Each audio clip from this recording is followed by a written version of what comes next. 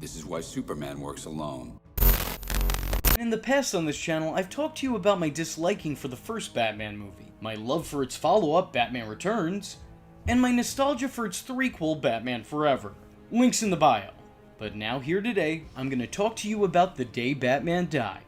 This is how it happened. This is how the Batman died. The answer that shocks probably absolutely nobody. The day Batman died is the day they released Batman and Robin. If you're a fan of this channel, it should come as no shock to you, as I've already had a bad movie night on here watching it with some friends. And if you're a fan of Batman, it should come as no shock to you, because, well, it's probably your opinion too. Now, some of you who are already familiar with my The Day It Died series may be thinking to yourself, wait a second, V, this video's different. And admittedly, yeah, maybe it is. But if the bat boot fits... Say that again. If the boot fits. You see, there's no title that fits better than The Day Batman Died for a video like this. Because this movie is quite literally the thing that successfully killed the Burton-Schumacher Batman franchise. And not only did it accomplish that, but it almost killed Batman. Like, altogether.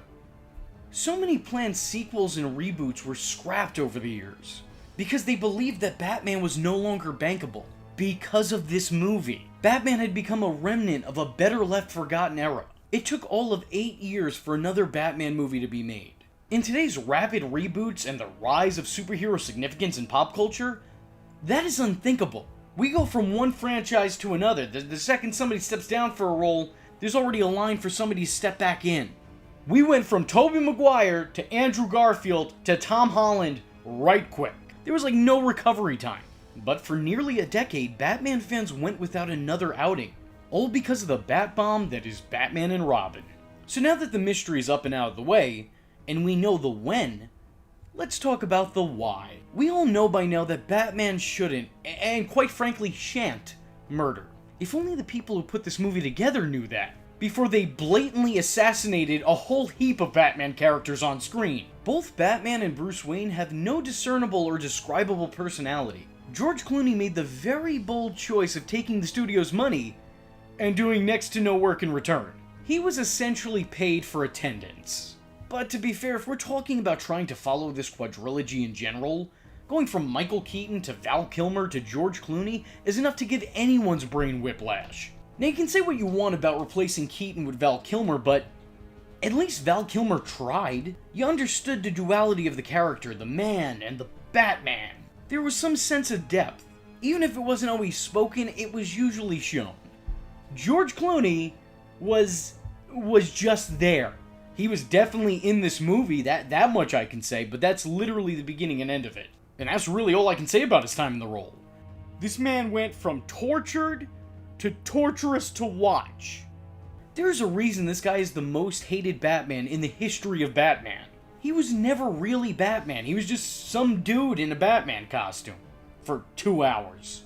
He fails in every aspect of the character. What he says almost always seems disingenuous.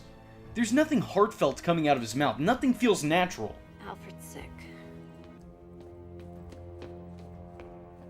Alfred's not sick. He's dying. I can't believe it. I know. I don't care if you gave him Keaton's black turtleneck and glasses. This is not my Batman.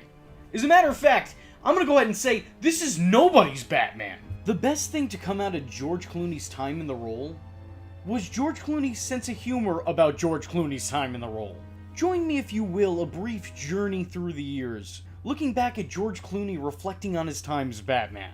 Feel free to timestamp the stages of grief. Remember when George Clooney was Batman? What if I don't want to remember? I did one film, Batman and Robin, which was a... Yes. Thank you. Which was a disaster. So you really couldn't say no to being the new Batman, could you? Quite honestly, when I got Batman and Robin, I was just an actor getting an acting job. So I asked... He won't let me watch it. No. He won't let you watch it. There's certain films I just go, I'm afraid, I want my wife to have some respect for me. The fact is, I'm still, the jury's still out on whether or not I'm going to make it in feature films or not. And I was excited to play Batman, you know. It's Batman. You know, bottom line is I get to be Batman. This is an opportunity for me to be in a film that may not, but may end up being very successful. And if it is, then I get to be part of that. And what I realized after that was that I was going to be held responsible for the movie itself, not just for my performance. Did you see him in that film? It would just be shots of me in a rubber suit and a Batman outfit. But, you know, I thought at the time this was going to be a very good career move. It wasn't. Since my Batman, I was disinvited from Comic-Con for 20 years. I wasn't a very good Batman. I'm the first one to say it. I screwed it up so badly, I'm not allowed to weigh in on any of those subject matters anymore. I actually thought I destroyed the franchise until they brought it back. You know, somebody else brought it back years later and changed it. So does that mean The Flash hasn't asked you to be in? Well, you know, the truth is I didn't want to do it. No, they didn't ask me. You don't want to see the George Clooney version of Batman and Robin? I'd have to get a sandpaper and take down my nipples, you know. But then other than that, I think I'd be ready for it. Didn't you apologize to the crowd at Comic-Con for Batman and Robin? I always apologize for Batman. You know, when you destroy a franchise the way I did, usually they look the other way when the Flash comes by. I met Adam West back there just now, and I was like, hey, I'm really sorry. And he goes, give me a fist bump. And I was like, yeah, just hit me in there. I did have great nipples. And Robin didn't fare too much better either. I know not everybody loves Chris O'Donnell's time as Robin in Batman Forever, and I will continue to defend that guy until I'm blue in the face. Like this guy. But in this movie, there's absolutely no defending him. The last movie seemed to want to age up the character, to have him be a young man as opposed to a growing boy. He's depicted as being in his later teens and maybe being a little bit more mature than the Robins that we're used to. So does someone want to explain to me why in this movie, that's supposed to take place a few years after the last one, they have him acting more like a child? Here, Robin is prone to throwing hissy fits whenever he doesn't get his way. Don't push me right now. Or what? No one could capture Ivy but the big bad bat? Yeah, right. You just can't stand that maybe she wanted me instead of you. You just couldn't stand it she was gonna kiss me and not you. Couldn't stand that something was gonna be mine and not yours, could you? That's why you stopped us from kissing, because if you can't have her, no one can. Ivy's right. I don't need your help. Look, here's what I know. She loves me and not you, and it's driving you crazy. It's your house, it's your rules. I mean, it's your way or the highway. It's Batman and Robin, not Robin and Batman. And I'm sick of it. Look, I want a Robin signal in the sky, all right? I'm tired of living in your shadow. Here, he lashes out at everyone, especially Batman. It's usually because he feels like he's being treated as a sidekick. But, hey, newsflash, Boy Wonder, you are a sidekick. I don't care that they prematurely gave you your Nightwing outfit for this. You are Robin, Batman's sidekick. This behavior isn't fitting of any of the children that had worn the cape in the comics. So it's definitely not ideal for the grown-ass man wearing it here. They took all the problems with O'Donnell's previous depiction of the character, and they exasperated them, whilst completely forgetting any trait that made the character likable. And now that I said it out loud, I really think this performance alone is pretty symbolic of this entire movie. Commissioner Gordon is once again in this movie, and once again, he does absolutely nothing.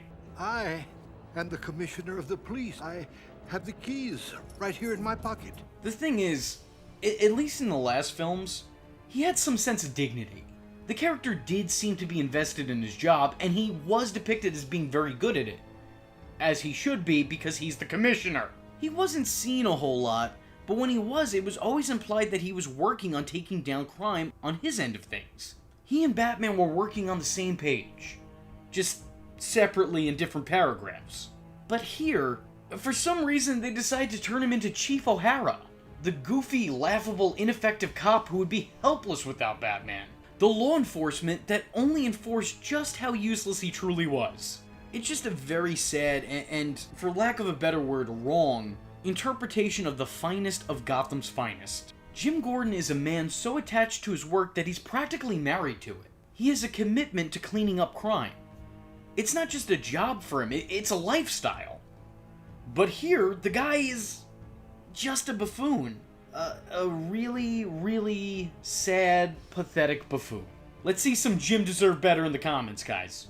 But the biggest travesty here isn't the depiction of the characters past movies already established, it's the depiction of the ones that they just introduced.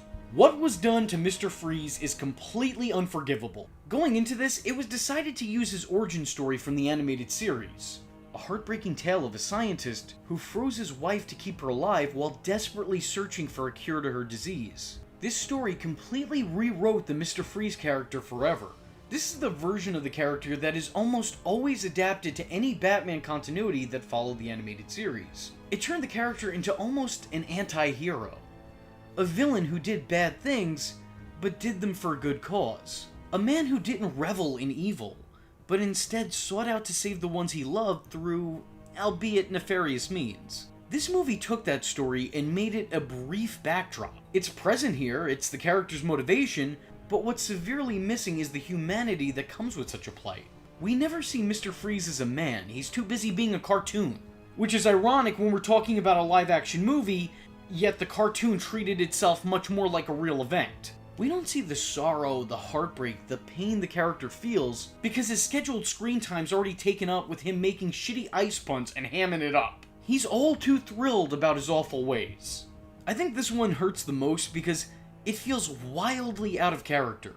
Arnold Schwarzenegger's performance completely goes against his nature. This conflicts with the character in general, but it seems to conflict even with its own lore. For example, there's a scene where Mr. Freeze chastises Batman, happily telling him, "Your emotions make you weak. That's why this day is mine." Yet he's a character that's driven entirely by emotion. My passion, thoughts for my pride alone. The love of his wife and the heartbreak he has from losing her. This is what drives Mr. Freeze.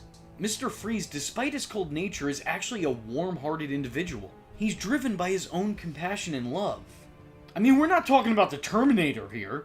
You are made up of emotion. You lie! Plus, to see him so excited about being bad, it's just all kind of...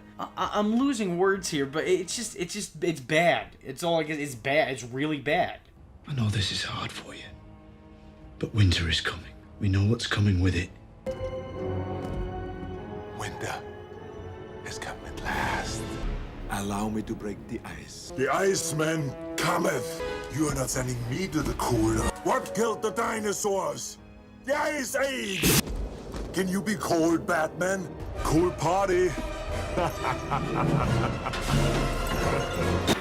Always winterize your pipes. Let's kick some ice. I can understand a pun here and there, because that even happened in the animated series, but they weren't as constant, and they certainly aren't as consistently terrible. The monster who took you from me will soon learn that revenge is a dish best served cold. But in this movie, it's like the guy's going out of his way to make a joke for an audience of 0. I'm afraid that my condition has left me cold to your pleas of mercy. All right, everyone, chill. Chill. To me, this version of Mr. Freeze is a complete slap in the face to his whole arc. And still to this day, we've yet to see the Iceman return to the big screen. Ooh. Talk about your cold shoulder. And I sure hope that changes soon. But don't worry, he's in good company. Because there's plenty of characters this movie did an injustice to. Bane is turned into a brute. I mean, the guy has always had muscle, but now they completely neglect his brain. I can't imagine that Joel Schumacher did any research into the character outside of literally just looking at a comic book cover. Probably took one look and said, oh yeah, that's muscle guy, yeah, that's what he is. Not only does the monster not have a high IQ, but he doesn't even have an IQ to speak of. He is now only capable of repeating 1 to 2 words per sentence, and that is it. Enough monkey business. We've got work to do. Monkey work. Guy just comes off like a jacked up Pokemon.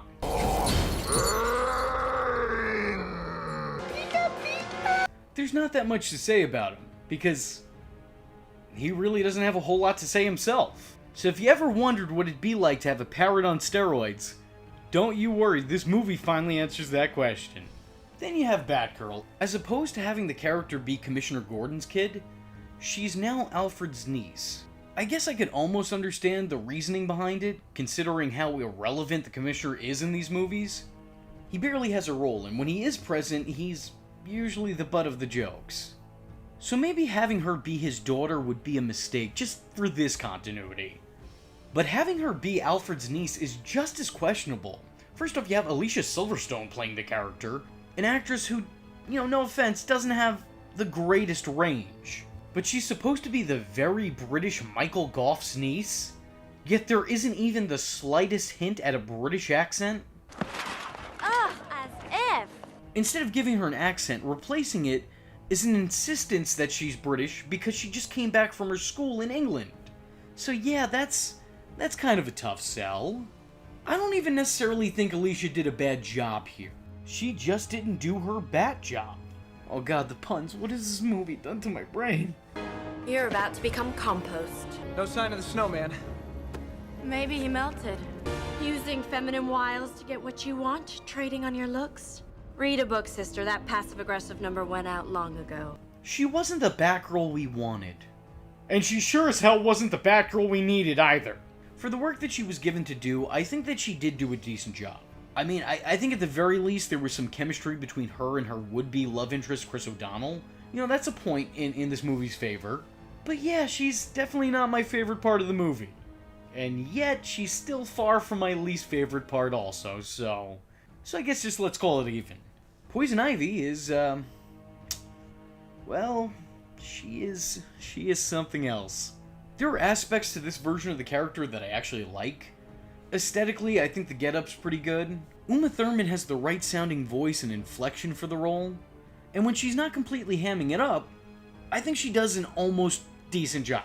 I kind of feel the same way about her as I feel about Tommy Lee Jones' Two-Face. It could have been good, and in some scenes it is, but for the most part, it is not good. Like I said, she has her moments. But the problem is that these moments are so far and few in between. For the most part, she's absolutely over the top. Mammals. A day of reckoning is coming. That's right. And now you corrupt my research into some maniacal scheme for world domination? I am nature's arm. Her spirit. Her will. Hell, I am Mother Nature. Forget the stars. Look here at the Earth. Our mother, our womb. She deserves your loyalty and protection. Well, I, my most unabominable snowman, have been impressed by you. In fact, I propose a pairing. The same plants and flowers that saw you crawl from the primordial soup will reclaim this planet, and there will be no one to protect you. Uma Thurman comes off more like a Power Rangers villain. She has no subtlety and she's evil in the goofiest ways imaginable. She could even give Credence a run for her money. At best, it's laughably bad. And at worst, it's cringe-inducingly awful. These characters in general seem to exist as an extension of the movie itself, not as actual characters. That might have been confusing. Hold on, let me try again. They're all the same annoyingly hokey, passé character in different gear. Each and every one of them. Except for Alfred. Alfred is an angel.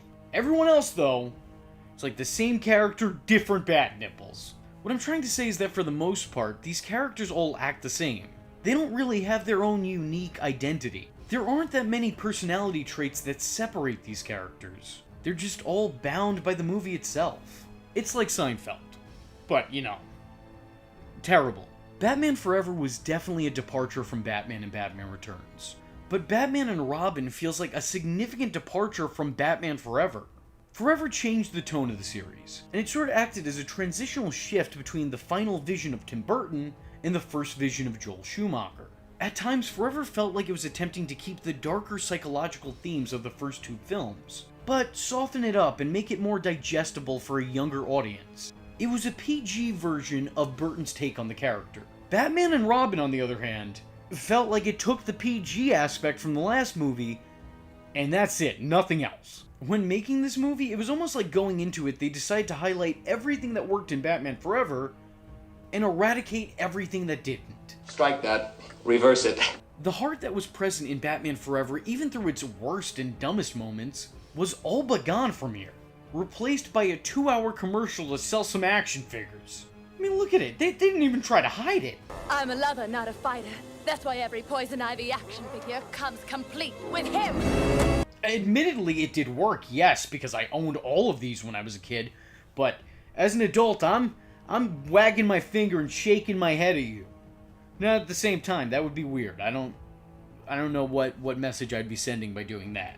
But yeah, it was effective. Everyone who's heard about the behind the scenes knows that Joel Schumacher was told to make the movie more, and this is an actual word that was used, toyetic. It worked, because I hated this movie as a kid, and I still collected all the figures in this lineup. What I'm trying to say is that you can see why the Batman '89 comic book series separates itself from this half of the continuity. Because it sucks! But also because the idea of somehow trying to take the dark, gritty, and borderline grungy world of Tim Burton's Batman and tie it into this is unfathomable. That would be like trying to link the 1960s Adam West series to The Dark Knight. These are clearly very different interpretations of the character. This movie, which is supposed to follow the gothic revival of the hero known as the Dark Knight, has much more in common with the live-action cartoon of the Caped Crusader that came out in the 1960s. The nonsensical camp, the goofy one-liners, the jokes even a dad joke telling dad wouldn't tell, the generic villain plans that make no sense whatsoever, the hamily overacted performances by the actors, the sound effects, the goofy gags, the strange plots, the unconventional team-ups. This wasn't 90s audience's Batman. This was their parents' Batman, just brought into the 90s. It's really hard for me to compare Batman and Robin to Batman Forever, but trying to compare and connect it to Batman or Batman Returns is next to impossible. I can't get my head around it. I think what bums me out the most about this is that quite often this movie is the first one to get brought up when people are talking about Joel Schumacher, as if this was his magnum opus. Those familiar with Schumacher's work outside of the Batman franchise would be able to tell you that this isn't his regular quality. Like Tim Burton, Schumacher's best known for his darker toned adventures. If you need proof, look no further than The Lost Boys. I think what's most evident in this movie is it was, for the lack of a better word, a very corporate movie. The other Batman films in this lineup felt like they had purpose outside of a paycheck. It felt like those in charge of making these movies really wanted to make these movies. They were passionate about what the final product would look like. Here, I don't feel that same passion. It feels like someone rushing to turn in their first draft and immediately calling it their final draft. When looking back at Batman and Robin, it's clear that not a lot of time or thought was put into any aspect of this movie.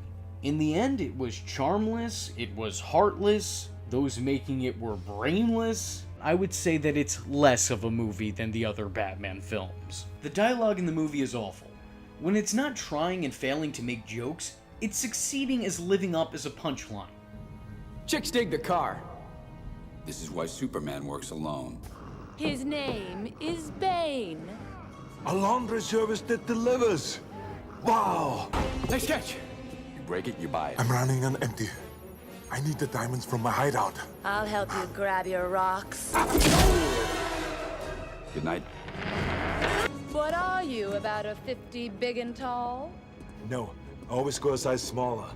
Makes me look slimmer.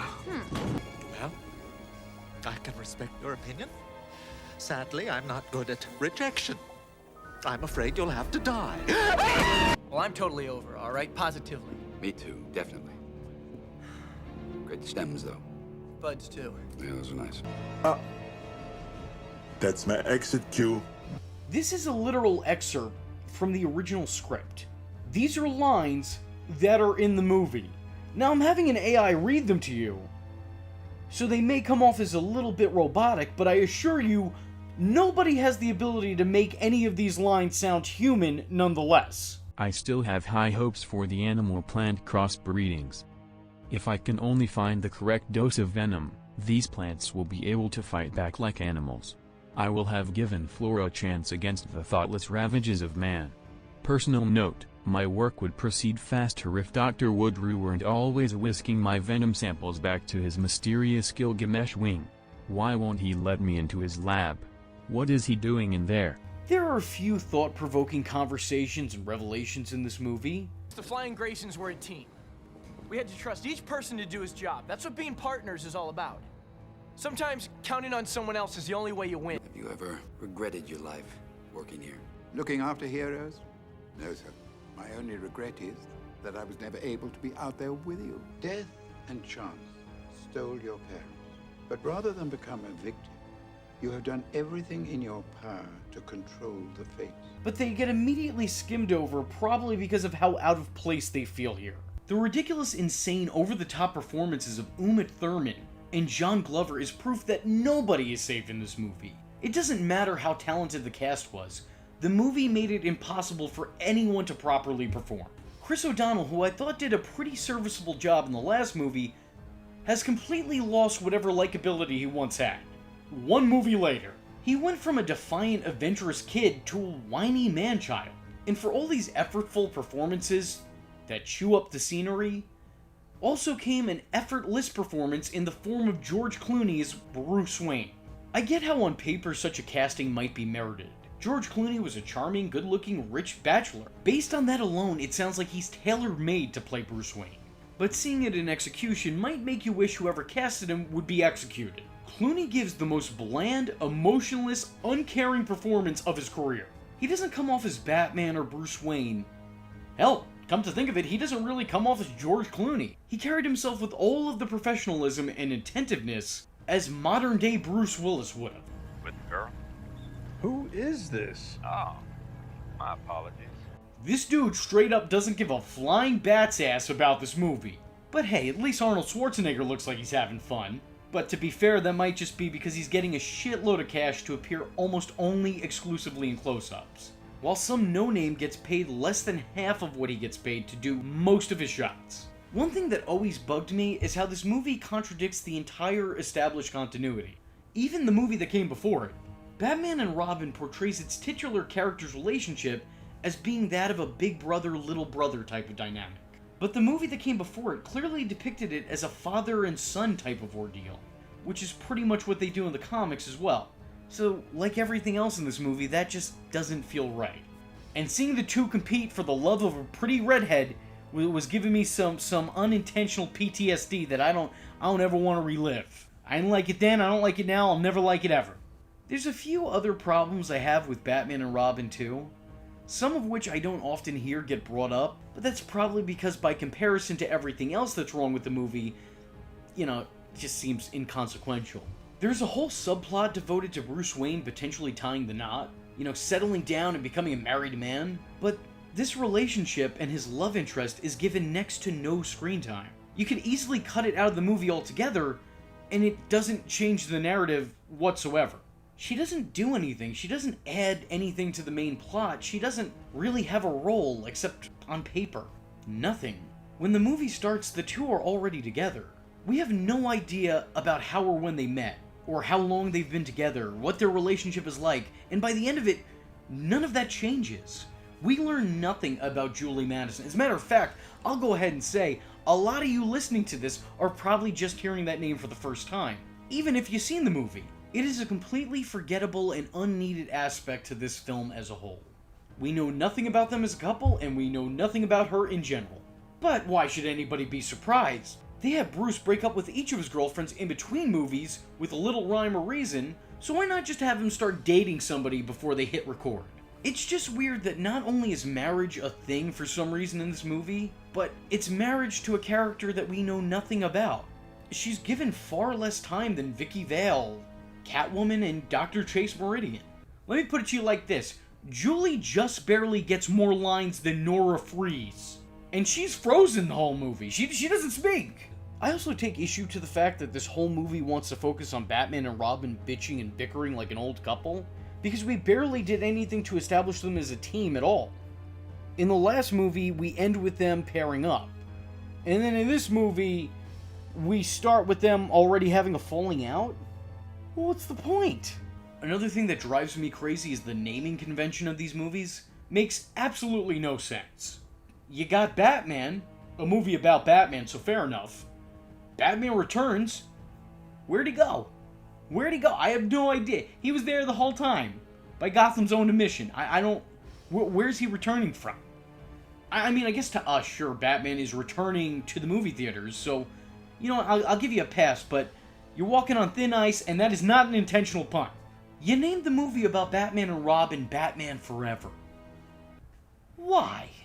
And then you named the movie about the Bat family expanding. This feeling of the Batman legacy continuing what you can only expect to be forever. And you name it Batman and Robin? You literally just added a third to your team, turning the dynamic duo into the terrible trio. And the movie's named Batman and Robin? What, Batgirl just gets no love? You're really giving merit to the whole women working just as hard as men and getting none of the credit argument. I mean, she literally saved the titular characters in the conclusion. Why is it Batman and Robin? We got Robin over here bitching about not getting a Robin signal, but poor Batgirl couldn't even get her name credited. Now here's something I need to address. The thing that's obviously on all of our minds when we watch these movies. The Bat nipples. Are the nipples still there? Of course, it's a Joel Schumacher film. Everybody has nipples. According to director Joel Schumacher, the suits were redesigned to look like that of gladiators, of Spartans. And this was to show the masculinity of Batman and Robin. But, Joel, I believe that as much as I believe that Quentin Tarantino includes feet in all of his movies because it's integral to his art. We all know why you did it. Just be honest. These look a little bit too fetishy for my taste. It's weird to think that there have been more accurate costumes in, other media, and yet these costumes are the ones that look like they were stolen straight off of another media's shoot. But if I'm being real, nipples and cod pieces aside, these suits are kinda dope. Objectively speaking, come on. I mean, you just put some duct tape on those nipples and you're good to go. Especially that Nightwing costume. I have a question for you. Do you still have the Robin suit from the Batman and Robin days? I do. I would buy that. I want a suit that looks like that. Yeah, that's a little strange. Well, that's what I'm into. Also, how does gravity work in these movies?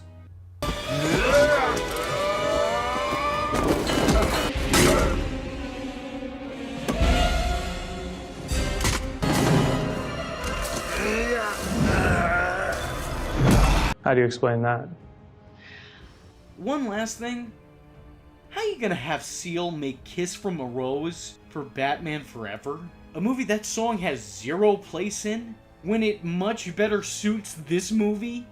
Kiss from a Rose? You have Poison Ivy out here making men fall in love with her through pheromones, giving life-ending poisonous kisses, and playing a pivotal role in the plot. And she's referred to as a flower the whole movie. She even almost leads to the breakup of Gotham's protectors. Yet the movie ends with both men finding or realizing the love they have in their lives. Not with each other, surprisingly, which is a letdown. I think we all can agree that that is the only logical closure point here.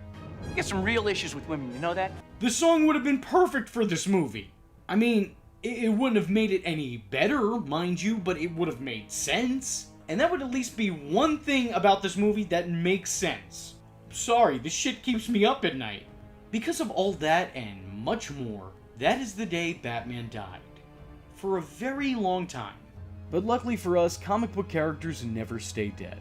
And like the death of Superman, Batman would return. Again. Before I go and close this video out, I do first want to focus on the things I liked about this movie. And while it is a short list, you know, at least it is a list. If there's anything I can credit to this movie, anything at all, aside from successfully selling toys, it's the decision they made to increase Alfred's role. Michael Gaff is one of only 2 actors who had been with the series from its inception with Michael Keaton, all the way to its sad end with George Clooney. So it was nice to see him get more screen time and have a portion of the plot focus on him. The scenes with him in this movie always make me smile. They're some of the sweetest and most genuine feeling moments in all of these movies. Well, not all heroes wear masks. His performance is as great as it's ever been, and the fact that more time is devoted to him, his character, and he actually somewhat factors into the plot, makes his time with the franchise feel that much more justified. Alfred is a very bright light in the seemingly endless darkness that is Batman and Robin. He's so on point, and he never once throughout the entire series run falls prey to bad writing. God bless Michael Gaff. And what I also need to credit this movie with is that for as bad as it is, and believe me, it is bad. It is a terrible, god-awful attempt at filmmaking, but I've probably rewatched this one more times than any other Batman film. It's completely awful, but it's still awfully entertaining. As a kid, I didn't like this movie, but I did have fun with it, and now as an adult watching it, I love it. But definitely not for the reasons that were intended. I like Batman and Robin for the same reason I like movies like The Room. And in a weird way, I kind of think that that's an achievement in of itself. The worst thing you can ever do as a content creator is make something forgettable. Make something that nobody cares about. But no one is forgetting Batman and Robin. Not you, not me, not the ghost of Joel Schumacher. Nobody who has ever witnessed this batastrophe will ever forget its existence. And I kinda think that's a little bit beautiful. Is it a good movie? No, absolutely not. But it's so bad that, in its own special way, it's kinda good. But it's good for being bad. You can turn this movie on at get-togethers and gather your friends up and still have a lot of fun watching it. Can we watch something else? It's about to get really good. It's about to get really good. Trust me. So while the movie should be frowned at, it should also be applauded. Though maybe not at the same time. I don't know what that would look like or what message that's sending, so maybe separately. What else could I possibly say about a movie that is so bad that the director has had to come out and apologize for it on numerous occasions? If I disappointed them in any way, then I really want to apologize, because it wasn't my intention. My intention was just to entertain them. Ba-da-da, ba-da-da-da-da-da, ba-da-da-ba-da-da, ba-da-da-da-da-da, ba-da-da. There used to be a grain tower alone on the sea. You became the light on the dark side of me. Love remained a drug. That's the high end, not the pill. But did you know that when it snows my eyes become large and the light that you shine can be seen? Cat got your tongue. I'm sure a lot of you are thinking, V, is this really necessary? Making a video on the 2004 Catwoman? Everyone knows it's awful. Well, yes, it is a necessity because A, I intend on covering every DC movie ever made here on this channel, but much more importantly, B, I've actually never seen this movie before. At least before today. So this gave me a reason to finally subject myself to it. And man, did I regret that decision. 14 minutes in and I had 4 pages of notes. This movie is, it's something. It's something, not something good, but something. First and foremost, if you're familiar with the brand, you will be unfamiliar with everything in this movie. Despite this being a Batman IP character, it has very little to do with Batman. As a matter of fact, The Dark Knight doesn't so much as get a passing mention in the runtime. Nor does Gotham City. There is almost nothing that links this movie or the Catwoman character to her actual comic book counterpart, or anyone she's ever shared a panel with. As a matter of fact, this Catwoman isn't even really Catwoman. At least not the one that you're thinking of. You see, this isn't Selena Kyle. This is Patience Phillips. It really makes you wonder who this was for. It's a movie with an already established fandom, but it's not doing even the most minimal of fan service. I'm not even talking about all the extras. This movie doesn't even give you the basics. There is next to no aspect from the comics or cartoons. No famous and iconic characters for this Catwoman to share the screen with. Everything about this movie, aside from the name Catwoman, is completely original to the story itself. Well, sort of. Because as it turns out, there really isn't a whole lot that's original to this Catwoman at all. I think the most egregious aspect of this movie isn't it even existing in its own name, but the fact that it felt the need to try to drag an entirely different mythos into it. As I've stated before in another video, this movie is Batman 89 adjacent. It wants to coast off the coattails of the Tim Burton Batman movies, despite having absolutely nothing to do with that line of films. Now at face value, you may find yourself confused by that statement. How could these two continuities ever be mistaken for being one and the same? They're so tonally different and quite frankly, contrast to a conflicting level. Well, it's very simple. Halle Berry's Catwoman transformation scene is almost identical to Michelle Pfeiffer's. Similar situations behind them as well. An employee stumbles upon their boss's secret shenanigans, which could threaten the prosperity of the business. This causes the evil corporate main antagonist to fire their employee from life. Our Catwoman falls to her tragic demise only to be reborn by the breath of local stray cats. Because both Catwomen are quite literally cat ladies. The two scenes match up pretty well, and to say that they took inspiration from the Catwoman creation in Batman Returns would be a little bit of an unjust understatement. This is the movie literally attempting to recreate that moment in its film. If you're not familiar with the Catwoman character, I'd forgive you for thinking, well, it's all Catwoman, right? That's her origin story, V. What are you talking? Except it's not. This was the specific story invented for the second Batman movie. It has never been a part of this baddie's backstory aside from the Tim Burton flick and this one off.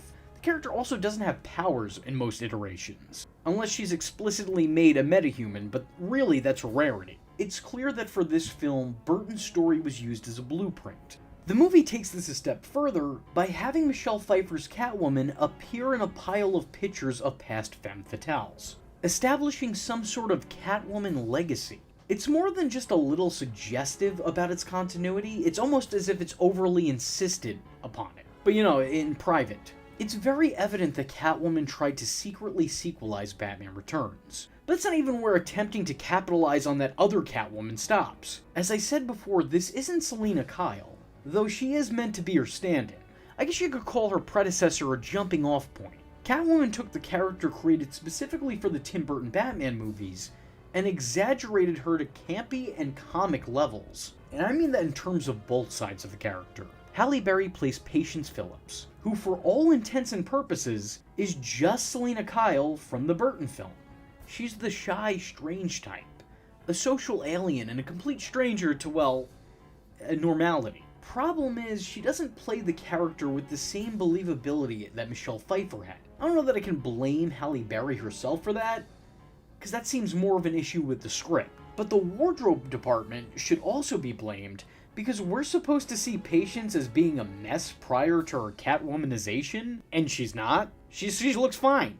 There's nothing wrong with this woman. Even if the main villains spend the whole 3 minutes roasting her in their office, I'm sorry, you're not convincing me that Halle Berry is unattractive. It's not happening. I mean, you also didn't convince me that Michelle Pfeiffer was unattractive, but it did feel like you were trying. This just feels like a tired remaster. The part was already perfected, so approaching the character in the same exact manner was always going to make this rendition feel second-rate. To make matters even worse, the movie seems confused about the character's identity. In Batman Returns, we saw the duality of Selena. We saw her two personalities conflict and contrast. But she never felt like she was two separate people. She was one person split down the middle. This movie insists that Catwoman lives independently of Patience, that they are two completely different entities that just so happen to inhabit the same body. It's kind of like Diet Eddie Brock. But when this movie isn't shamelessly ruining the recreation, it's adding new aspects to the mythos that are just as bad, if not even worse. Like making Catwoman into an actual cat person. Like, I get it. Selena literally groomed herself in public, and that was a little bit much, to be fair. But she wasn't like spitting up hairballs and hissing at dogs or sniffing catnip. There have been a few Catwomen who purred as they spoke, and sometimes it works. But sometimes it doesn't. I think it's a real read the room situation. If you're trying your hand at a more serious adaptation of the antagonist, that should probably be left on the cutting room floor unless it's being used ironically or in parody. Here, they just use it. She just purrs as she speaks sometimes.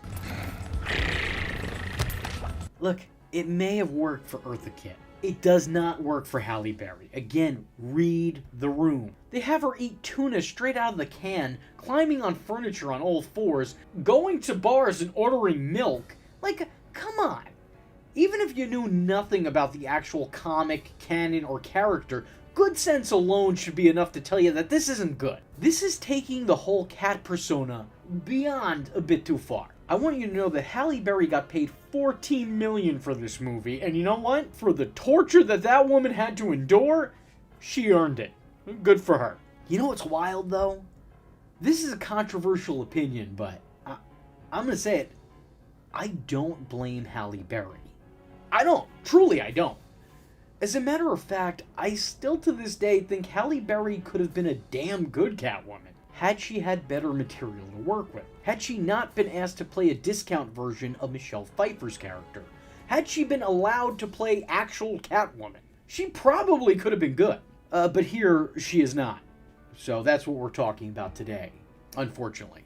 This has to be one of the biggest cases of right person, right part, wrong movie to play the part in. She isn't entirely incapable of feeling like the character. As a matter of fact, there are moments where she feels quite on brand as the character. The problem is that these moments are few and far between.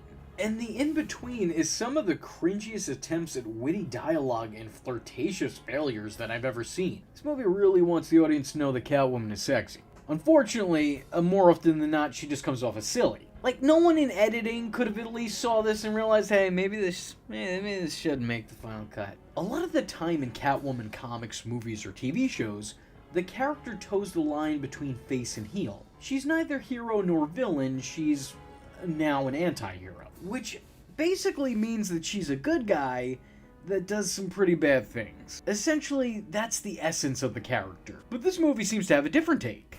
The character is in fact in nature heroic, but is wrongly perceived as being villainous. I don't really love that development, but it's one that I could potentially get behind had it been better executed. That's not my Catwoman per se, but there could be a good Catwoman story to be told there. Not here, though. This Catwoman suit really just looks like baby's first BDSM. It's the most tame thing you'd ever see at a fetish club. But it's also surprisingly spicy for 2004 Hollywood. It's not a great look, but I can tell that someone really thought it was. You ever see something so bad that you don't even know how to respond? That's what I'm going through right now. It's just all so awful, I don't know where to begin. I can totally understand how such a concept would come up in the planning stages, but the fact that this made it this far along to the final product is honestly nothing short of crazy. The newer elements this movie introduces are boring and bland. None of it mattered, and nobody cares. Catwoman is given a crazy cat lady guru who knows everything about cats and Catwomen. I don't even know how to describe this character because what you're imagining from that brief description is probably entirely accurate. She is exactly what you're thinking right now. She checks off the boxes of every wise mentor you've seen in movies and every crazy cat lady you've seen in real life. She is both. And while the actress is wonderful, this part is not. Just like everyone else in this movie, she looks like a total goof. I really want to talk about her more, but there isn't that much more to say. Only thing worth noting is that if I had a nickel for every Batman-related movie about a standalone villain that this woman was in, I would have 2 nickels. Now that's not really a lot, but it's kind of weird that it happened twice. She went from Catwoman's Obi-Wan to the clown queen of crime as Joker's mother. There's also a romantic subplot with Catwoman and a cop, which to be fair feels on brand for Catwoman everywhere. They always want what they shouldn't want, whether that be jewelry that they don't own or can't afford, or some sort of justice seeker. Enter Detective Tom Lone. He's alright. He's likable. Relatively charming guy.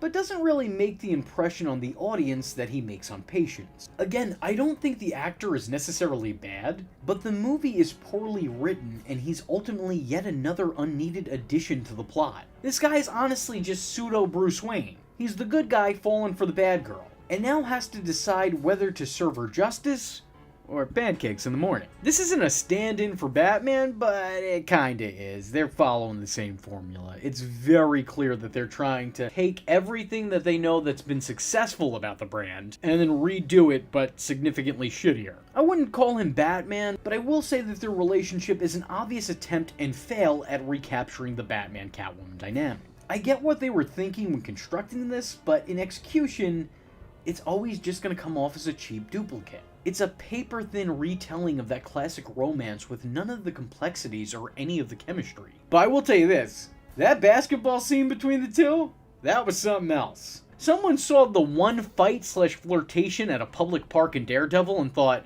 oh, that's what this movie needs. Let's do that, but worse. The content of the scene, the angles, the edits, the music, it's like an assault on all of your senses and movie making all at the same time. I hate to repeat myself, but I really don't have the ability to articulate the awful that I was seeing. I could show you a couple of clips from the clip, but honestly, it doesn't do this injustice justice. I don't know if this movie is the worst movie I've ever seen, but this scene is absolutely the worst scene that I've ever seen. The other characters, the few that are really less characters and more props for patients to interact with, I don't know any of their names. You got Alex Borstein, who is kind of entertaining, at least in comparison to everything else going on. Normally, a character of this magnitude in a superhero flick would probably be forgettable and just not substantial. But the bar has been lowered so much that she is the absolute highlight. I kid you not. The main villains of this female-led superhero flick are the heads of a makeup company, the evil beauty product organization. And look, I don't want to be that guy. I'm legitimately not trying to be social justice-y, but real talk, does that not sound like the most pandering plot you've ever heard? The superheroine has to go toe-to-toe with the evil beauty product organization? Are you kidding me? That's like if Batman went head-to-head with a monster truck driven by G.I. Joe, and it also turns into a Transformer. Now listen, there are going to be some of you who go, V, that's not pandering, and that's fine, but I also guarantee almost none of you would argue that it's compelling, that this is a plot that you'd want to see play out. Oh man, gotta see how Catwoman versus random Sephora clerk is going to go. No, of course not. This isn't entertaining. It's a waste of $100 million. And no, you didn't mishear me. This movie was made for $100 million. In 2004, a budget this movie wouldn't make back at the box office, grossing just about $82 million. George and Laurel, the movie's dynamic duo, are so terrible it's toony. They're just the worst people who ever existed. They're incredibly mean-spirited to a ridiculous degree. In real life, awful people usually at least attempt to not seem like they're awful. But these people are just letting their villain flag fly. George is a billionaire womanizer who treats women like they're fast cars, always looking for the newest model. And in looking for a model, he finds both the new face of his brand and also a new side piece. Laurel, as you can imagine, isn't fond of this, finding out that she's not the apple of her husband's eye or the fashion figurehead. So naturally, she has him killed and frames Catwoman for it. Oh, and also, the makeup that they sell deteriorates your face if you stop using it, but it makes your skin as strong as marble if you don't. Sharon Stone makes for a good villain, but not in this movie. She plays the most generic bad guy I think I've ever seen. She tries for menacing, but she really just ends up meandering.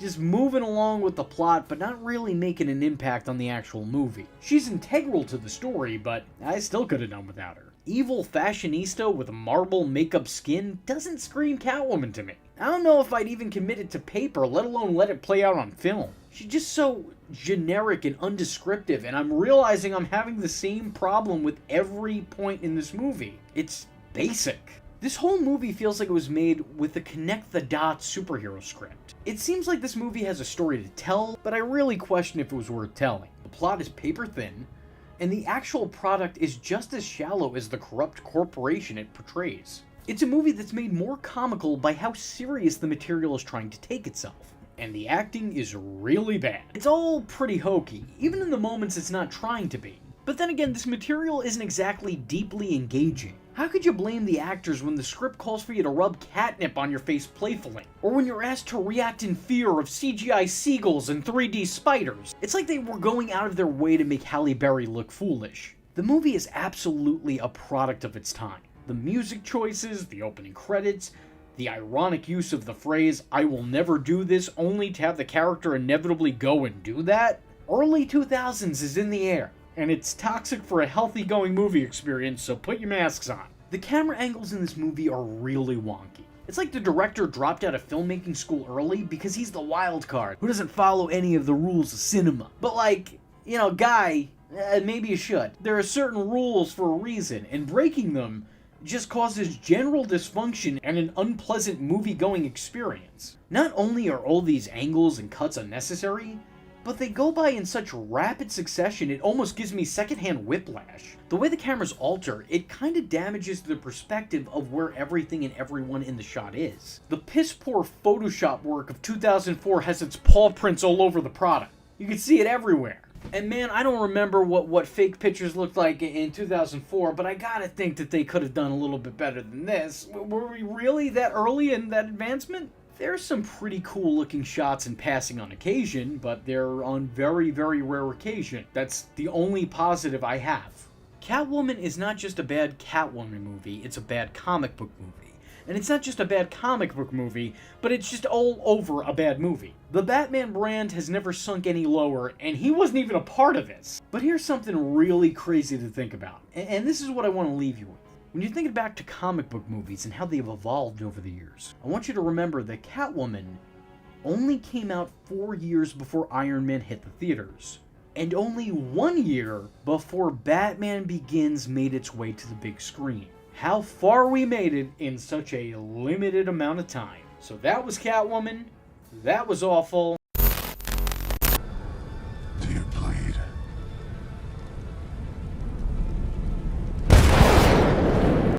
You will.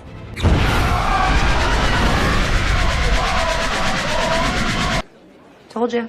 Hey, so I saw a movie trailer the other day. How could Batman possibly fight Superman? I mean, isn't that dumb? I'm here to talk about my least favorite Batman and Superman movie, Batman v Superman: Dawn of Justice. And I assure you, this movie is just as much of a mess as that title is. First off, Batman v Superman, what is this, a court case? No, Batman versus Superman. And then Dawn of Justice, what? It's not a sequel. We don't need a subtitle. I'm getting ahead of myself. I have never before been so disappointed by a movie that I was so eagerly anticipating. This was like Spider-Man 3 all over again for me, except it was on an even bigger scale because these were two of my favorite characters. I have a hard time sitting through this movie more than any other Batman movie ever made. I mean, seriously, I would much sooner watch Batman and Robin than try to watch this again. When I'm done with this video, I don't even want to know that this movie exists anymore. That's it. It's out of my mind for good. Forever. I don't only dislike this movie. I would even go so far as to say that I hate it. I hated this movie. Hated this movie. Hated it. Hated every simpering, stupid, vacant, audience-insulting moment of it. I truly despise this movie. And right now, I'm gonna share why with all of you.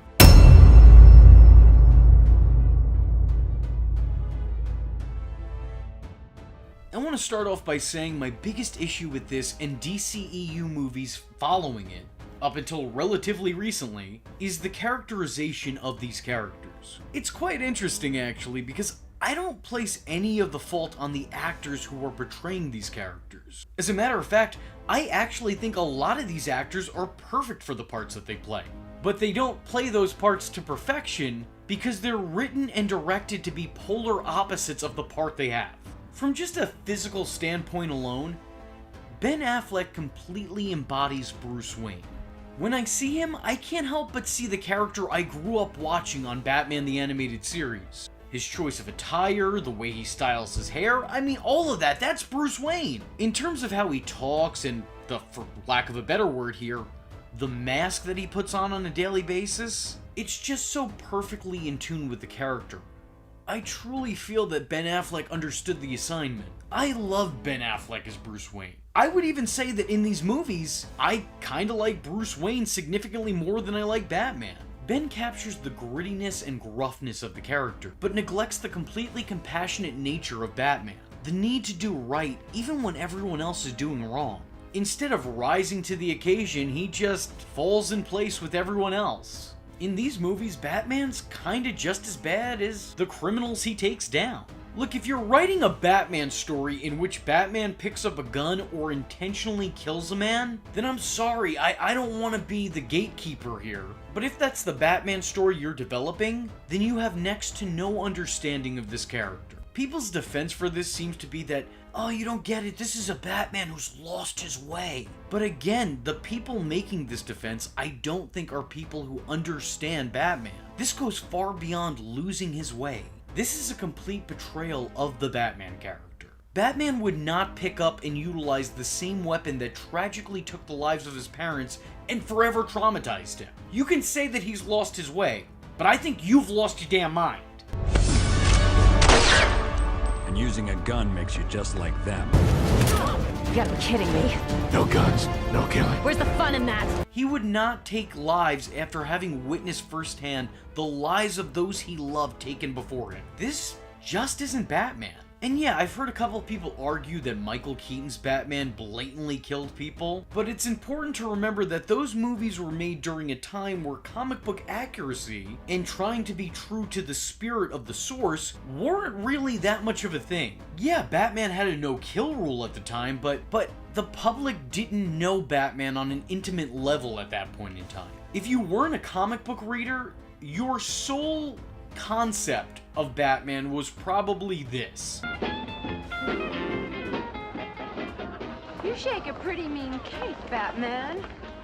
So yeah, back then you could pretty much do anything because anything was going to be an improvement. But we're now at a point where I think the public's gained an understanding of both Bruce Wayne and Batman, and they know that this isn't the way Batman acts. I understand that these nightmare sequences were all made with the intention of being preludes and setups to future movies down the line, but they took up a significant amount of screen time, and those movies have yet to be made. And there's no confirmation that they'll ever be made at this point in time. They do more to distract from the already convoluted main plot, and they're entirely unnecessary to the movie itself. Sure, these haunting dreams of Supreme Leader Superman add on to Batman's sudden xenophobia, but like, they shouldn't. Batman is known as the world's greatest detective. He's highly intelligent and he thinks things out. He's not some violent, impulsive asshole with a deep distrust of spacemen. This is so off the mark, or off the mask, whichever works here. My point is that this is not Batman. He's not some superstitious coward. No, he's a good guy. I mean, sure, listen, Batman first encountering Superman, I think naturally he would be precautious. Maybe even a little bit hesitant. But he wouldn't say something like this. He has the power to wipe out the entire human race, and if we believe there's even a 1% chance that he is our enemy, we have to take it as an absolute certainty. To make such a declarative, definitive statement, and decide then and there, simply out of fear that Superman needed to be stopped, that's just not the Batman I know. Similarly, I think that Henry Cavill is completely capable of being maybe the perfect Superman, but the writing doesn't allow for it. The citizens of Metropolis treat him like the beacon of hope that we all know him to be, but the script seems intent on showcasing him as an angry, angsty, stern individual. That isn't Superman. Superman is an alien who wears his heart on his sleeve. A completely selfless individual who, even when he's at his all-time worst, tries to approach life with a smile. But this Superman hardly ever smiles, and he's rarely in a good mood. I get that this is a serious movie with some serious situations, but man, Supes just stays pissed, doesn't he? I guess that's not too much of a departure from the character in Man of Steel, but I thought that Man of Steel was an interesting starting point for this universe, because I was operating under the impression that the way they portrayed Superman was them showing a Superman who hadn't yet found his way. This was a Superman who wasn't yet the Superman that we know. I thought through these movies with proper development we would see him become the Superman that we all love. Instead, he became that Superman down the line through the insistence of the plot. We can see that he's worshipped as if he was that Superman, but he doesn't ever become that Superman. We do, however, see him save lives later on, but he's worshipped like a god from the get-go. And yes, saving all these people is good and impressive, but this movie doesn't tell us anything about Superman. Whatsoever, there is no development for his character throughout the entire film. And sure, you can make an argument that not every character needs a major development in every single installment of a franchise. And yeah, I understand it could be hard to do that, but even the worst Iron Man movies managed to continue to develop the character as time went on. And this is only his second outing. This is the second time we're seeing Superman. I thought you would give us something, but no. Actually, come to think of it, I think the character might regress from Man of Steel to this movie. In Man of Steel, Superman is so much more personable and likable and charming. And here, he is just forever angry. In the first movie, he comes across as a good guy. But in this one, he just comes off as an angry alien. To the point where I'm almost like, yeah, you know what, maybe Bruce has a point. And also, maybe so does Lex. Is Superman the good guy here? Don't even get me started with Lex Luthor, who is Lex Luthor in name only. I don't know who decided let's turn Superman's greatest foe into Max Landis, but good going. You done goof. Oh no. He's a terrible Lex Luthor.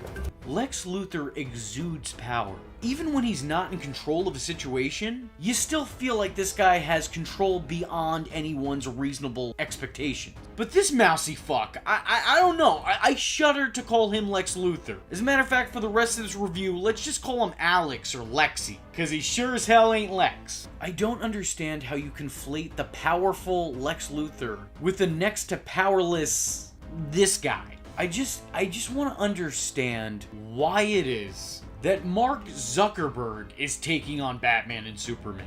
This is not only not like the character of Lex Luthor, this is like you were trying to create a character who was everything that one wasn't. Silver bullet to keep in reserve to use against the Kryptonians, so the day does not come, madame, when your children are waving daisies at a reviewing stand. The bittersweet pain among men is having knowledge with no power, because that is paradoxical, and,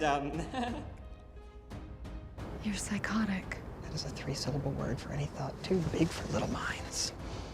Next category, circles. That is silly. A lot of people have compared him to Jim Carrey's Edward Nygma, and there's some valid reason for that. Because there is a comparison to be made. The issue is that no one should ever compare Lex Luthor to the Riddler, in any context. If there is a comparison to be made, then mistakes have already been made. Those two are not even remotely alike in any way, shape, or form, other than both being intelligent men who have a fondness for villainy. Why is this Lex Luthor so weird and quirky?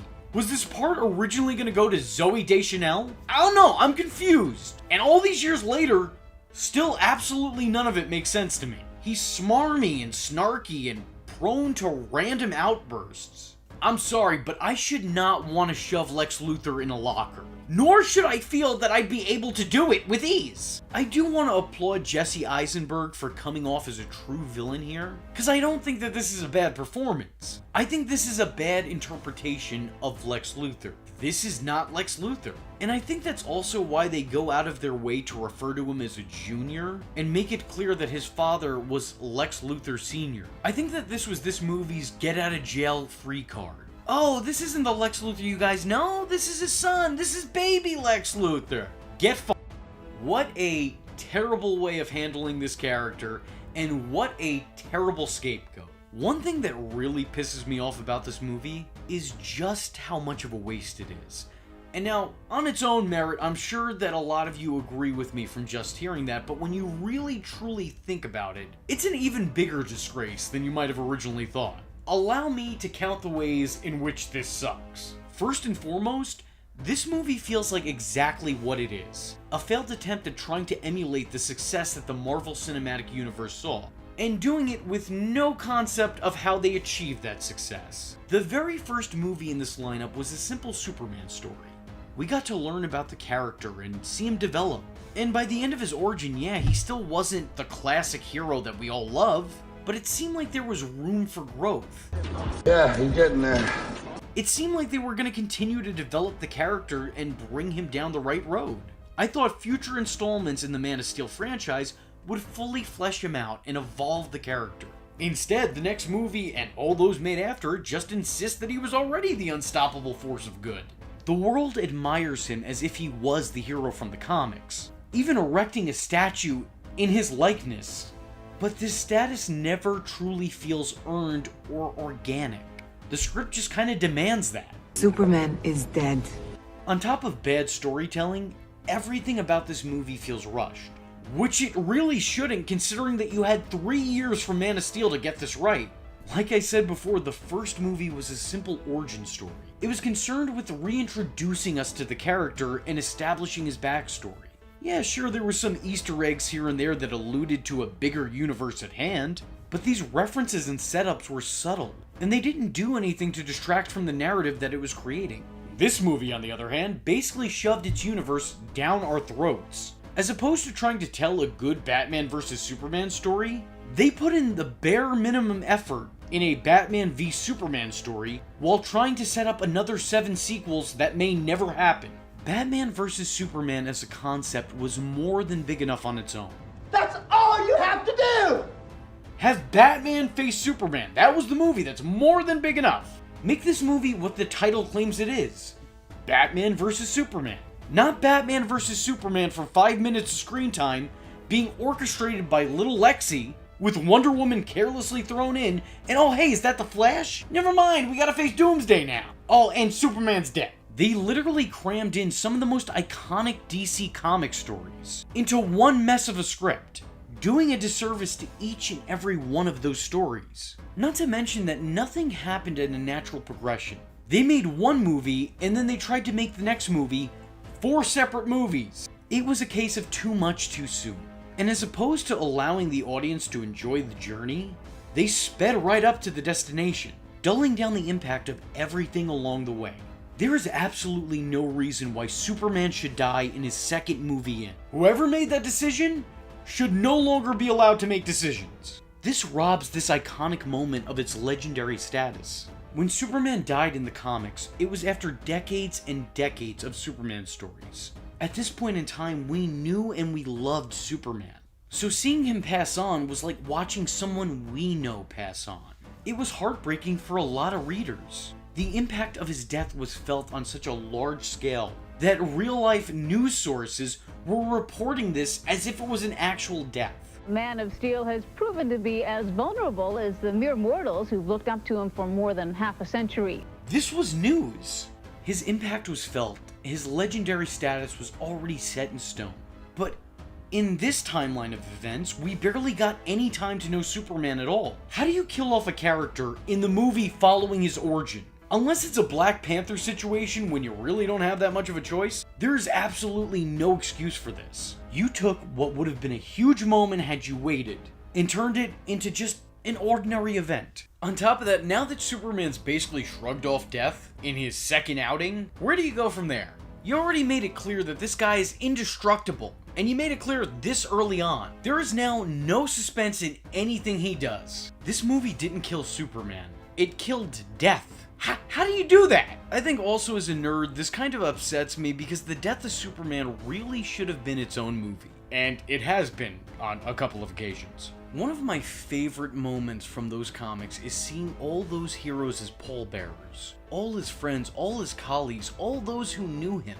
That's a hell of an image, seeing our favorite heroes carrying Superman's casket. That is one hell of an image that lives rent-free in my mind. Can you imagine what it'd be like to bring that to life? Well, now you're gonna have to. And on top of all of what I just said, Batman v Superman shouldn't have been the second movie in this cinematic universe. You made Superman a secondary character in his own story. The inclusion of Batman in this movie makes him the focal point.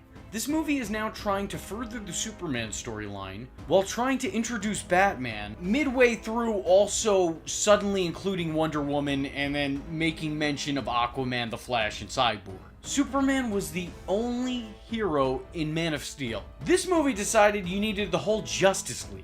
You went from 1 to 100 real fast. It didn't need to be this way. And I think they made a big mistake by making a Batman vs. Superman movie before giving Batman a solo outing. I just feel like this movie would have meant a little bit more had Batman already been introduced. And I'm not saying give him an origin story, but you know, give him his own thing to do. That scene at the beginning of Batman v Superman where it's a flashback to Man of Steel, could you imagine if we went through a Ben Affleck Batman movie and had no concept that it was tied into the Man of Steel franchise, and then ending that Batman movie with that scene? We would still be talking about that to this day. DC, once again, I'm just gonna put it on out there, I'm available. There are so many larger plot points that get entirely overlooked in favor of doing what? I don't know. The plot holes in this movie aren't just plot holes. They are sinkholes that are engulfing the plot. Little Lexi somehow manages to figure out both Batman and Superman's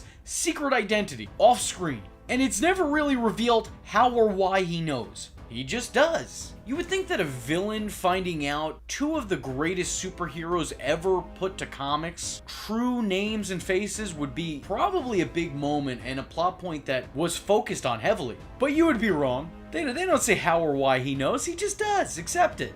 He does. Learns about it off screen, sets up Batman to face Superman, sure, why not? What do you mean you need more of an explanation than that? He's Lex Luthor! Son! He's deduced two of the most prolific heroes' identities, and that is just glossed over entirely. Paid no real attention to by the movie whatsoever. What a goddamn waste. And here's the thing, here's the kicker. Batman and Superman's whole little rivalry, when you really get into the nitty-gritty of it, it essentially boils down to absolutely nothing. There is no reason for Batman to hate Superman and Superman to hate Batman. It is publicly known that while there was destruction in Metropolis, and I believe maybe a little bit of Gotham City, that Superman was saving lives. The only life that Superman took, and mind you, I'm not standing up for it because I still think the next snap didn't need to happen, the only person he killed was a Kryptonian, Zod. He has never laid his hands on another human being or took the life of a person. But Batman's like, he's a threat. Okay, what makes you think he's a threat? Alien. Don't like him. Bruce is just sitting there at the table like, I just think they should all go back to where they came from. And that's sad, because for me, a Batman versus Superman fight is so much more than just two dudes in tights duking it out. If I wanted to see that, I would tune into AEW, which on most Wednesdays I do. But a Batman versus Superman fight is about two heroes fighting on the same side, fighting for the same cause, but doing it under different methods. And those different methods being enough to tear them apart. Two men being so similar in their identities and their goals, but having those few differences split them apart entirely. In this movie, upon their first meeting, prior to them learning of each other's secret identities, there's a random tension between Clark and Bruce, and there really shouldn't be. There is literally no reason for there to be. But there is. Why? I don't know! The color grading here kinda sucks. And mind you, I'm colorblind, so if I'm seeing it, so is everybody else. All I'm trying to say is that an error has been made somewhere. Not to mention, this superhero movie about two of the greatest of all time, the world's finest, if you will, going toe-to-toe, going head-to-head, is unapologetically boring. And I'm not the type of guy who needs action in every scene of a comic book movie. But if you're gonna make your comic book movie 3 hours long, then I don't know, maybe don't save all the action for the last 36 minutes of the movie. Look, I love storytelling. Honestly, I put that way above fight scenes and action, but I also like storytelling that isn't actively putting me to sleep. Not like this movie has much of a story to tell. We're not talking about the philosophical battle of Batman versus Superman. We're talking about two angry dudes just trading blows because some rich kid who probably just got a swirly told them they have to. One thing that isn't talked about nearly enough is how this movie easily disregards several characters that they not only never built on, but a lot of them are barely introduced. Jimmy Olsen, KGB, Mercy Graves. All these characters are brought in and then quickly dismissed. Surely there could have been better use for them. Look, I'm not saying any of them should have gotten their own solo projects or spin-offs, but come on, give them something. Or don't. Or don't. Just don't use them. And it's at this point in the video I need to point this out because I know somebody's already made a comment without finishing the video, telling me that the director's cut is so much better. Fee, you gotta watch the Ultimate Edition. It improves all these problems. Some people have used this version of the movie to try to dismantle my disliking for the movie. And look, I'll admit, it does add a lot to the story being told. But I still don't like the story that's being told. Yes, it is definitely, for all intents and purposes, superior to the theatrical cut. But the scenes that were added in help to better serve the story and make the narrative feel more complete, but it doesn't change the fact that the narrative sucks. If you had to choose one, I would say go for the Ultimate Edition. It definitely brings Zack Snyder's vision for this movie into a much more comprehensive light. But more accurately, I'd say just watch the animated Batman vs. Superman movie that was made years prior. Sure, it's a much more simplistic take pitting the two against each other, but it's a movie made by people who clearly understood Batman and Superman, which is not something I can say for this movie. It may have been made for a younger audience, but in my opinion, it is far superior to this. I'll tell you what really upsets me. It's not only how bad this turned out, but how great it could have been. How great it should have been. We're talking about Batman versus Superman here. If you would have told me in the early 2000s that an Iron Man versus Captain America movie would not only be more successful, but would be a better movie than a Batman vs. Superman project, I would have told you to seek help. I think most people would readily admit that it could have been, and should have been, a lot better. And now comes that time of the video. Martha! Why did you say that name? The time that you guys were all looking for, the most memed upon part of this movie. Here's the thing though. I don't actually think it's as bad as a lot of people seem to think it is. Batman is clearly somebody who is traumatized and has mommy and daddy issues all these years later in life. It's weird to have them when you're in your 50s, but hey, but I'm not gonna judge because my parents weren't murdered right before my eyes at a very young age, when my brain was still developing. So I've never been in that boat. I've also never had that boatload of money that he had either, but that's a different story. I think what people neglect is that it's not just a goofy moment where he's like, whoa, our moms have the same name? Oh shit, what up, bestie? That's not what this moment is. It is in this moment that Batman is looking upon the alien of Superman and finally seeing him as a human being. His ties to and relationships with other people makes Batman see him as a person. And this is the first time he has in this movie. Is it goofy the way it happens? Yeah, sure, a little bit, but I don't think it's anywhere near as doofy as the internet made it out to be when this first came out. I mean, realistically speaking, Soups could have just said, "You have to save my mother," and it would have had the same exact effect. But it would have had the added benefit of sounding so much more natural, as he's never called his mother by her first name in any of these movies. This was clearly Zack Snyder wanting to feel real smart because he was the first person to make the correlation that DC's two Golden Boys' mothers share a name. Well, good going, Zack, you did it. Pat on the back. I would have respected you more if you didn't call attention to that, but you did, and that's where we're at, so good on ya. Look, I'm not gonna act like everything you do is bad, but I'm also not gonna act like everything you've done is great. Sometimes it just seems like you're congratulating yourself, when there is yet to be anything celebrated. And when Batman saves Superman's mother, it's, in his own mind, a redemption of sorts for failing to save his own. This isn't all that different from the moment that we get to see Andrew Garfield's Spider-Man rescue MJ in No Way Home. Is it executed as well? No, absolutely not even close. But it's, pretty much the same sentiment. This movie pisses me off so much because it's not about the journey, it's about getting to the destination. And when you just speed to the end, then the trip becomes unenjoyable. If you guys like this video and want to see me tackle more from the DCEU, let me know in the comment section below by saying Batman v Superman. They're not all going to be clever. Most of them won't be. Anyway, with all that being said, I was your least favorite YouTuber, V Infuso, and I thank you for watching. Hope to see you in the next one. I am vengeance. I am the night, and that was V Infuso. Just remember, if you're not tuning in, then you're missing out. So, if you like the words that came out of his mouth hole, and you too would like to become a V-generate, don't forget to like and subscribe. Thanks for watching, nerds! And if you're not joining the fun, you're in for one bad day. And you know what they say about having one bad day?